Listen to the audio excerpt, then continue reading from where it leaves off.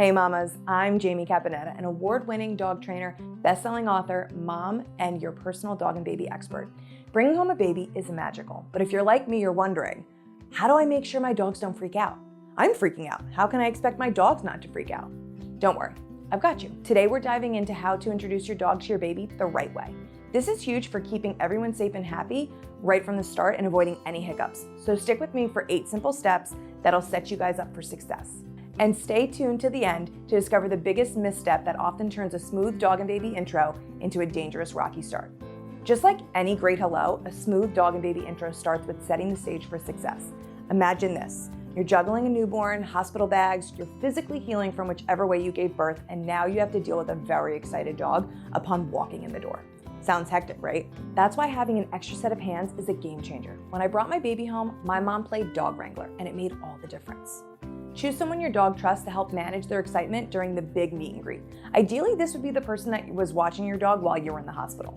Here's a secret many new parents do not know because it seems so small and insignificant. But you should let your dog come home before your baby does. So many make the mistake of picking up their dog from a boarding place or someone else's house after bringing the baby home. Big no-no. Imagine walking into your house that smells completely different and has a tiny little human in it.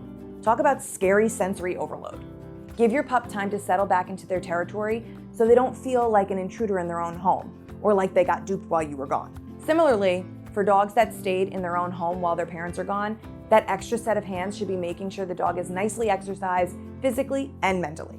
Maybe some play, a nice calm sniff walk, and tons of frozen enrichment and affection before mom and dad come home with baby. Now, this next step might sound a little bit extra, but trust me, it works. When you get home, have one parent go in first without the baby. Let me tell you a quick story. When my first baby came along, I had a pretty rough birth. I wound up having an emergency C-section after 20 hours of labor. After 5 days in the hospital, I was in a decent amount of pain coming home. My husband, John, went in first, and our 3 dogs practically did backflips of joy. They had their sweet reunion, and by the time I came in, they were still excited, but in a much calmer way than they were for him. Not only did this help me because I wasn't physically doing so well, but it helped them feel like they got their attention before the baby came in. Once John gave them about 10-ish minutes of attention, he came outside where I was with our baby boy in the car seat, and we swapped. He stayed in the car with the baby while I went inside and loved on my dogs. After another 10-ish minutes inside with the dogs and my mom to help me, John brought in the baby, which leads us to step 4. If there's one thing babies are great at, it's unpredictable timing. But if you can, try and bring in your baby while they're still asleep in the car seat. The good news is they're also really good at sleeping. A sleeping baby equals a quieter environment, which helps keep your dog from getting too overstimulated. Picture it like setting the volume low before gradually turning it up. We want your dog to have the best emotions attached to meeting baby before normal baby chaos begins. Imagine being a dog and your parents bring in this little tiny screaming blob. I would feel really threatened as a dog. Again, this may not be possible, but if it is, go for it. Take your time. There is no rush. You're home now, you have your extra hands, you're on no one else's time but baby's. If baby starts to cry right before you're about to go into the house, take a few minutes and let them calm down. Feed them, do whatever you have to do. Okay, here we go. Moment of truth. With your helper and your partner holding the dog on leash with tons of treats ready to go, bring your baby inside while they're still in the car seat. Big tip, don't go rogue and get overexcited and rush the process. Let your dog sniff the bottom of the car seat first. Why the bottom? It's safer and less overwhelming for both your dog and your baby. Many new parents will allow their dog to stick their faces right into the car seat. This is extremely dangerous. These parents don't know any better and don't realize the danger they're putting their baby in, but not you. You're prepared and going to go step by step building this beautiful relationship from scratch, so your dog and your baby can enjoy each other for years to come. While your dog is sniffing the car seat, everyone in the room should be praising them like never before, tossing treats like it's Mardi Gras. Yes, good girl. Yes, good boy. Watch their body language, okay? We want soft face and eyes, happy, floppy, wispy, all over the place tail, and the ability to break away with just listening to your praise and your voice. Now comes the part that always makes me chuckle. It's time for what we call the turkey tip. This sounds funny, right? This is the part where the other parent will hold the baby to their chest, holding baby securely with their arms and legs tucked in, just like a turkey. This reduces flailing movements that might startle your dog and also keep baby's limbs tucked away. This position leaves the parent holding baby completely in control during the introduction and can manipulate the situation any way they want in their favor. Time for the first up-close sniff. Allow your dog to gently sniff the baby just for a couple of seconds. Keep it short and sweet. And here's where the magic happens. Shower your dog with praise and their favorite treats. My favorite thing to use is string cheese, hot dogs, or freeze-dried liver treats for the more sensitive tummies.